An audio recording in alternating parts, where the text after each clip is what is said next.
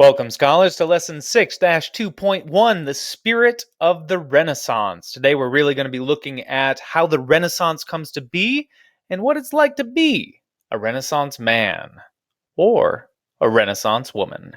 Here we go. So let's look at where the Renaissance is coming from.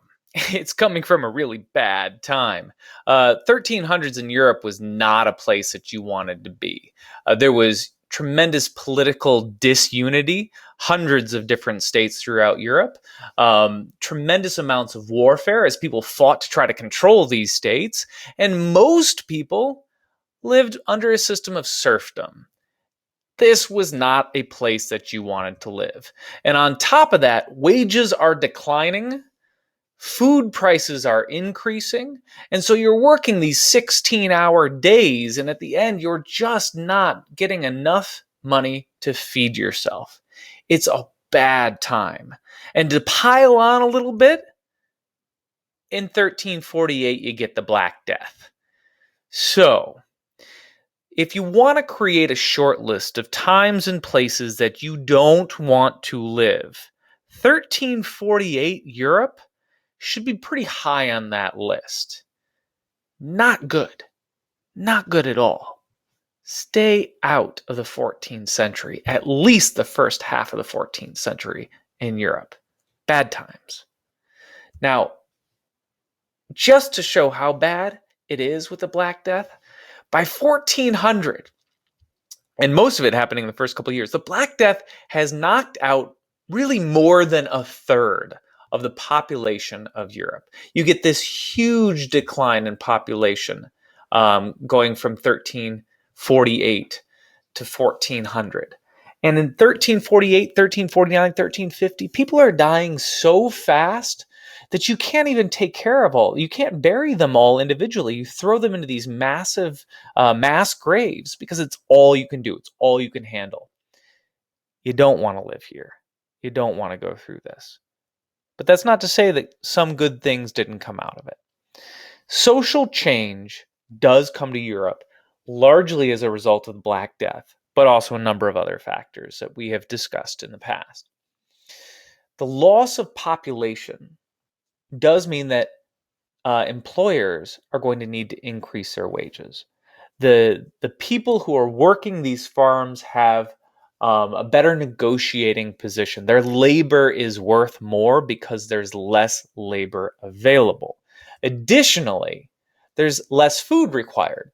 Population has dropped a tremendous amount, so you don't need to be producing as much food. You don't necessarily need as many laborers on your farms that are still functional. And so people are moving into the cities and they're learning other trades and having other economic opportunities. And this is going to start to rise people out of a system of poverty. And as more and more people leave the farms, the system of feudalism itself begins to break down. In this system, you have the serfs providing goods to knights, who provide the goods to the lord, who provides the good to the king. And the king protects their lords, lords protect their knights, knights protect their serfs. Well, there's not as many resources working their way up the chain. So the knights aren't getting the resources they had. The lords aren't getting the resources that they had gotten. The kings are not getting their resources from these people. They still need their resources, so they start to turn to those cities, those people who are outside of the feudal system, the people who have left the farms. Now, as feudalism itself starts to break down, and as our lords and knights become less powerful, the peasants rebel. They say, hey, we've never liked how you take advantage of us, and now you're weak. Now we're going to overthrow the feudal system. And so feudalism starts to go down. And it doesn't go down right away. But most of Western Europe loses feudalism within a century or two. And it holds on in pockets, definitely. But a lot of it disappears. Now, as feudalism is fading, people start to question the beliefs of the Middle Ages. They start to say, hey, this feudalism was such a bad idea and it lasted for so long. Let's look at some other ideas and let's look at where these ideas were coming from. You see, in the Middle Ages, Feudalism itself was modeled after the Catholic Church, and the Catholic Church supported feudalism. Well, what did we have before we had the Catholic Church running everything? What did we have, say, back in the past? Because we did have this better society back then, and people are starting to think back to ancient Greece and ancient Rome, and philosophers like Aristotle, mathematicians like Euclid, tremendous amounts of knowledge that were out there, and now people just don't know this stuff anymore. And they start to look back at the past and study what the ancients studied. They study art and science and literature. They study philosophy of ancient Greece and Rome. They really look at these old ideas and they say, hey, maybe these were the keys to that great society that existed in the past. We need to bring that back. We need a rebirth of the past. And from this idea of a rebirth, we get the Renaissance, which is a translation of French, rebirth. The Renaissance is the rebirth. It is the rebirth of the ideas and culture and science and learning of ancient Greece and ancient Rome. That is the Renaissance. And it begins around 1350 CE in Italy, particularly in the city of Florence. Florence, Italy starts to see this rebirth right after the Black Death. Florence gets hit hard by this. They lose like 40% of their people. Some estimates go even higher than that. It's hit hard, but it rebounds. And it starts to look at different ways to live their lives. And led by Florence, the rest of Europe, most of the rest of Europe, is going to look to the past as well. And for the next 250 years, Europeans are going to idolize the culture of Greece and Rome. They're going to say, hey, that's when life was good. That's when we had it figured out. Because in 1350 CE, Europe was a backwater. China and the Islamic world were far and away better, more advanced than Europe. But back in the days of Greece and Rome, well, Europeans had something going for themselves. So they started to whitewash the past. They started to overlook some of the bad things and really focus on the good aspects of the ancient world. And they started to turn on their more recent past and see it as a time of ignorance, as a time of peasants who don't know better, as a time of when Europe really just didn't have anything figured out. And how did things ever get that bad? I start to refer to that period of time as a dark age, as a time where there just wasn't knowledge, there wasn't learning. We weren't on top of it. This was a bad time in our history. Now, there's plenty of evidence to say that there were good things going on throughout the Middle Ages. Maybe the Dark Age isn't the perfect title, but it definitely does fit in this general lack of learning context. The Renaissance is seeking to correct that. But in order to correct that, they had to look for causes. And so they turned back to the Catholic Church. Now, this is not at all saying that we're looking at a period of time that is not religious. It is still a very religious time throughout Europe. But they are going to look at aspects of religion, particularly the idea that the Catholic Church wanted everybody to focus on the afterlife. Don't worry about the miseries of your life today. The afterlife is what is important. Stay spiritually pure, and you will enjoy heaven after you have died. You will live in paradise. And the humanists say, oh, that's all well and good, but what can we do to make this world better? What can we do to make this world a paradise? That would be much more worth our time. That would make our lives a lot better. Humanists want people to make the world a better place. Don't wait for heaven. Bring heaven to earth. And that doesn't mean that nobody's going to work, and it doesn't mean that there's not a lot to be done.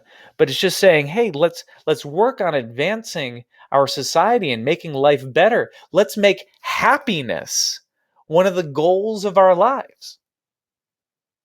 We deserve to live in a world where we can be happy. And they're going to be pulling these ideas again from ancient Greece and ancient Rome. This is where these ideas are coming from. The idea that life used to be better, people used to be more happy. Whitewashing history a little bit here. The ancient Greeks and ancient Romans did not have perfect societies, but these humanists really latch on the idea that it was better and that people were happier. And how can we do that? Well, we need to fully immerse ourselves in the Renaissance. We need to become the Renaissance man or the Renaissance woman. We're going to get to the Renaissance woman in a moment. Let's look at the Renaissance man, though. The Renaissance man, you had to be educated. Okay, you had to study. You had to read everything you could get your hands on because it was expected of you. If you want to make the world a better place, you need to know how to make the world a better place. It's not going to happen without some work. Men were expected to read and discuss ancient Greek and ancient Roman literature because how are you going to make today more like the past, more like when it was better, unless you understand that world? So that means you are going to be bilingual, trilingual, multilingual to understand all of these things. And then you got another list of things to work on as well, because the Renaissance man had to be very well-rounded. You had to understand art and science and be able to discuss those things. You had to play a musical instrument, or if you had no skill there, you had to at least have a strong understanding of music. You had to have very good social skills. Okay, if you were at a party, you had to be able to have a good, engaging conversation with anybody in that room on any topic. It was expected of you. And then you also had to be physically strong. You had to ride a horse and swing a sword because this is still a military time. And people still are expected to maintain those skills. You had to have it all. And it's not just if you're a man. No, the Renaissance woman was expected to do many of these things as well. On top of all of the traditional expectations of women to be the head of a household and raise children, the Renaissance women had to also be educated, had to be able to read and write. They had to know how to play music. A Renaissance woman would even occasionally be expected to take over the leadership of nations. I've got two very famous women leaders in the later Renaissance here. We have Isabella of Castile and we have Queen Elizabeth I of England. These women took charge of major nations. But when we look at the earlier Renaissance, we're going to look at the Italian Renaissance, Isabella d'Este. Okay, Isabella d'Este is one of those early women who really just showed that women can do it every bit as well as a man, and in many cases, certainly in Isabella's, better. You see, Isabella was highly educated, was conversant on virtually every topic discussed at the time in general society, and she was a noted singer. And she was a ruler of a city-state, not just any city-state. She's a ruler of the city of Mantua. See, her husband had gone off fighting and was gone for a while and had been captured for a while. And she had to rule in his name while he was gone. And then he dies and her son becomes the leader. He inherits the city-state. However, he's not of age yet. He's not old enough to rule. And so she has to rule in his name a little bit longer. So she rules this city, which is situated in a really tough spot. I mean, she is right next to Venice, not far from Genoa. You've got the Papal States coming up from the south, surrounded by very powerful players. And she does a very good job of managing this city-state. This is your Renaissance woman. And this is what it means to live in the Renaissance. And we're definitely going to be looking at this some more. But just remember, education, education, education. It was key in the Renaissance. It's extremely important today. Make sure that you are studying and doing everything that your teachers tell you to do. And I will see you next time.